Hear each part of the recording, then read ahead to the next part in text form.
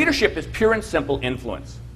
I mean, there's nothing more, secret about it than that. And frankly, I always thought that when you got to the boss, people did what you said. Yeah, that was naive, okay?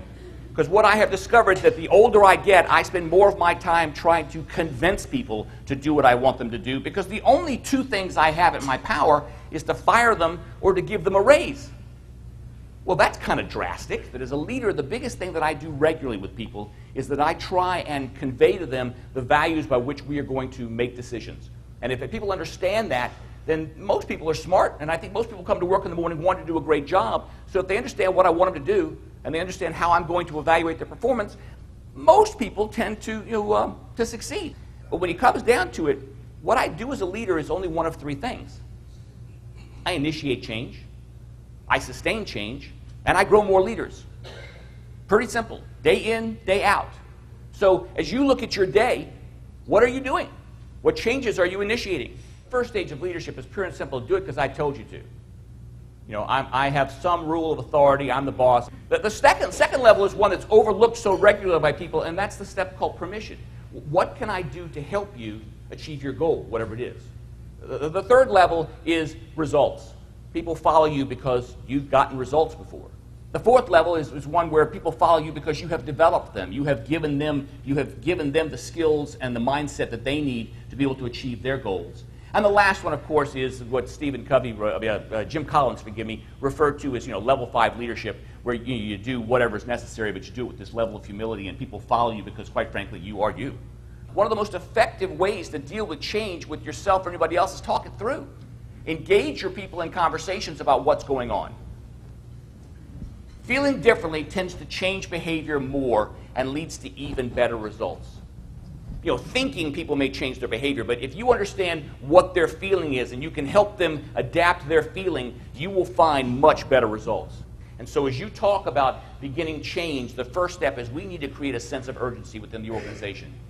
We have to change. How do you create a sense of urgency? You engage people in a conversation about what's going on.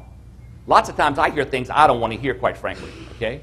But every time I engage our people in a conversation, I get people who are much more interested in helping us move forward. The second step, once we've got a sense of this urgency, is you need to pull together a guiding team. Anybody ever heard somebody say, marketing is everybody's responsibility? Or everybody's a salesman in this company? Or everybody anything? There ain't no everybody. If somebody is not being held accountable, it ain't going to happen. The third step is develop a change vision and a strategy. It's out there. Be specific about where you're going. Be specific about the way you're going to get there. That's what that team's involved for. Engage your organization. The fourth step is communicate for understanding and buy-in. Once your little group has done their work and they've listened and you've decided on what the vision's going to be and where you're going, we want that light bulb to go off inside of everybody's head. And the only way you get that light bulb to go off in everybody's head is what? We talk with them. And when I say talk with them, I don't mean you talk at them. I don't mean you talk to them. I mean you listen. You lay out what you're talking about and you get their feedback. People want your help, but most of them are afraid to ask. And frequently you have to ask more than once. But if you create the environment that says, I am supporting the change, I am supporting you, they will participate. And I don't care if it's just your family.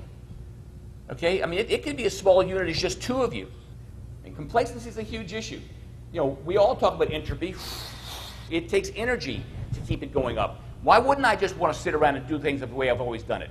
Well, for your employees, the ones that really don't realize that if we don't make a change, sooner or later they may not have a job, that's their problem. But for us, who are constantly watching payroll and cash flow, we know if things aren't going the way that we believe they should go, or I'm looking out in the future and I see a train's coming my way, we literally need to get out of the way.